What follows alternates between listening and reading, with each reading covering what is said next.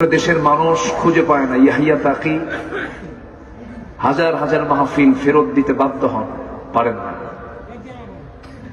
কিন্তু এর মাঝে যে এতগুলো বড় বড় আলোচককে কেমনে পেলেন, আমি তো আশ্চর্য হয়ে যাচ্ছি। সিরাত পার হওয়ার জন্য কি দরকার? ঈমানটা যদি না থাকে কারো পুল সিরাত পার হওয়া যাবে নাকি? এজন্য আল্লাহ বললেন যে ঈমানের দ্বারা তুমি পুল সিরাত পার হবা, জান্নাতে ঢুকে যাবা, আমি আল্লাহ বুঝি দুনিয়াতে সেই ঈমানটাকে যাচাই বাছাই করে দেখব না? তার মানে অবশ্যই দুনিয়াতে ঈমানদারের ঈমানকে যিনি যাচাই বাছাই করে দেখবেন, পরীক্ষা করে দেখবেন, তার নাম কি? আমার ভাইরা ভালো করে বোঝেন পরীক্ষা কিভাবে আল্লাহ করবেন। আল্লাহর এক আয়াতের মধ্যে বলছেন, ওয়ালানাবলুওয়ান্নাকুম বিশাইইম মিনাল খাউফি ওয়াল জুই ওয়া নাকসিম মিনাল আমওয়ালি ওয়াল আনফুসি ওয়াস সামারাত ওয়া বাশশিরিস সাবিরিন। ঈমানদাররা শুনে নাও, আমি আল্লাহ তোমাদের ঈমান পরীক্ষা করব। আমি আল্লাহ পরীক্ষা করব তোমাদেরকে ক্ষুধা দিয়ে, ভয় দিয়ে, অনিরাপত্তা দিয়ে, জানমালের ক্ষতি দিয়ে। দুনিয়াতে তুমি ঈমানদার দাবি করার পরে কখনো কখনো ঈমানের উপরে অবিচল থাকার কারণে তোমার জানের উপরে হামলা আসবে, তোমার মাল নষ্ট হয়ে যাবে, তোমার ধন সম্পদের ক্ষতি করবে আরেক দল, তোমার জান মালের নিরাপত্তা তুমি পাবা না। হয়তো সকালে খেলে দুপুরবেলা খাবারের নাও জুটতে পারে। নানাবিধভাবে ঈমানদারকে আমি আল্লাহ পরীক্ষা করব, তবে সফল হবে তারা ধৈর্যের সাথে ঈমানের উপরে অবিচল থাকবে যারা। আমার ভাইরা সূরাতুল আরাফে আল্লাহ রাব্বুল আলামিন এমন একজন আল্লাহর ওলির কথা বললেন যে দুনিয়ার লোভ লালসার কাছে তার ঈমান বিক্রি করে দিয়েছে। রব্বুল আলামিন বললেন, ওয়াতলু আলাইহিম নাবাল্লাযী আতাইনাহু আয়াতিনা ফানসালাখা মিনহা ফাতবাহুশ শাইতান ফাকানা মিনাল গাওয়িন। আল্লাহ বললেন, নবী ওই ব্যক্তির বৃত্তান্ত আপনি আপনার জাতিকে জানিয়ে দিন, যে ব্যক্তিকে আমি আল্লাহ তাআলা আতাইনাহু আয়াতিনা, আমার অনেক নিদর্শন দিয়েছিলাম, অনেক ইলম কালাম দিয়েছিলাম। ওই ব্যক্তি ছিল বনি ইসরাঈলের সবচেয়ে বড় বুজুর্গ। কোন জাতির? কোন জাতির? বনি ইসরাঈলের।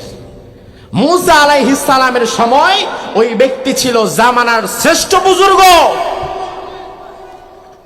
আমার আল্লাহ বললেন, ওই বুজুর্গকে আমি আল্লাহ এমন একটা ক্ষমতা দিয়েছিলাম, ওই ক্ষমতার নাম হচ্ছে মুস্তাজাবুদ দাওয়াহ। ওই বুজুর্গ বান্দা আমি আল্লাহর দরবারে যা দোয়া করত, আমি আল্লাহ তাআলার সাথে সাথে তা কবুল করে নিতাম।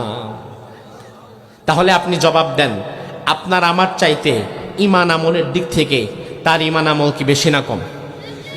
যা দোয়া করত মুহূর্তের মধ্যেই কবুল। আমার ভাইরা দেখেন, তার নাম তাফসীরে এসেছে বালআম ইবনে বাউর। বনি ইসরাঈলের সবচেয়ে বড় আল্লাহর ওলি বালআম ইবনে বাউর। অবশেষে এমন একটা দিন আসলো, মূসা আলাইহিস সালামের যুদ্ধ লাগবে তৎকালীন স্বৈরাচার জাতি জাব্বারিনদের সাথে। জাব্বারিনদের সাথে মূসা আলাইহিস সালামের যুদ্ধ হবে। জাব্বারিনরা তাকিয়ে দেখলো মূসার সাথে আমরা যুদ্ধ করে পারবো না, যদিও মূসার জনবল কম, কিন্তু মূসা ঈমানদার, ঈমানদারের সাথে কাফেররা সংখ্যায় বেশি হলো। ঈমানদারের ঈমান যদি ঠিক থাকে তাহলে টিকতে পারবে না। জাব্বারিনরা দেখলো আসলে আমরা তো যুদ্ধ করে মূসার সাথে পারবো না, ভিন্ন কোনো উপায় আছে কিনা সেটা দেখার জন্য তারা চেষ্টা করলো। ভিন্ন উপায় কি? এবার একটু ঠান্ডা মিশিয়ে জাব্বারিনরা বালআম ইবনে বাউরের কাছে চলে গেল, গিয়ে বলল, হযরত আপনি তো বিরাট বড় বুজুর্গ বান্দা, যা দোয়া করেন সব কবুল, আপনি মুস্তাজাবুদ দাওয়াহ। এক কাজ করেন, আপনি একটু আল্লাহর দরবারে মূসার বিরুদ্ধে বদদোয়া করেন আর আমাদের পক্ষে দোয়া করেন। নাউজুবিল্লাহ কইবেন না? মূসা কি সাধারণ মানুষ না নবী? নবীর বিরুদ্ধে বদদোয়া করা যায়? বালআম ইবনে বাউর বলল, অসম্ভব, মূসার বিরুদ্ধে তো আমি বদদোয়া করতে পারবো না, তিনি তো নবী। এবার জাব্বারিন্না বলল, মূসার বিরুদ্ধে যদি আপনি বদদোয়া করেন, খালি হাতে আপনারে বদদোয়া করাবো না, আপনার হাতে বইরা দিব, খুশি কইরা দিব। বললাম, কয় কি দিবা দেখি। এবার বিরাট একটা বক্স বের করছে, কয় দেখেন পুরা বক্স ভর্তি সোনা দানা হীরা মুদ্রা। বাল্লাম ইবনে বাউর বলে, ওরে আল্লাহ সর্বনাশ, এত সম্পদ তো আমি জীবনে কামাইতে পারবো না। এবার এত বড় আল্লাহর ওলি টাকা পয়সার লোভে পড়ে গিয়েছে, দুনিয়াদারির লোভে পড়ে গিয়েছে, ইমানটাকে বিক্রি করে দিচ্ছে। ইমান বিক্রি করে দিয়ে টাকা পয়সাগুলো নিয়ে এবার হাত তুলেছে আল্লাহর দরবারে। আল্লাহরে বলে, আল্লাহ মূসার উপরে গজব ফালায়া মূসারে তুমি ধ্বংস করে দাও, আর জাব্বারিনদেরকে তুমি জিতায়া দাও, বিজয় দিয়ে দাও। অথচ জাব্বারিনরা জালিম, জালিমের পক্ষে দোয়া করা কোনো আলেমের শানে মানায় না। মানায় আমার ভাইরা কথাগুলো ভালো করে বুঝবেন। বিগত দিনে আমরা বাংলাদেশে এমনও বড় বড় আলেম পেয়েছি যার ডিগ্রির অভাব নাই, সার্টিফিকেটের অভাব নাই, এলেম কালামের অভাব নাই। অনেক বড় আলেম, হাজার লক্ষ লক্ষ আলেমের ওস্তাদ, বিরাট বড় বড় মাদ্রাসা নিয়ে বৈশা আছে। কিন্তু আবার টাকা পয়সার ইসলামিক ফাউন্ডেশনের একটা পদে যাওয়ার কারণে সাক্ষাৎ স্বৈরাচার কেউ কওমি জননী বানায় দিয়েছিল। সাক্ষাৎ স্বৈরাচারকে জান্নাতের সার্টিফিকেট দেয় এমন আলেমও বাংলাদেশে আছে না নাই? দুনিয়ার কাছে বিক্রি হয়ে যায়। বালাম ইবনে বাউর টাকা পয়সা পেয়ে আর হুঁশ নাই, সরাসরি নবী মূসার বিরুদ্ধে বদদোয়া করে বসছে। এবার আল্লাহ রাব্বুল আলামিন দেখেন কি করলেন।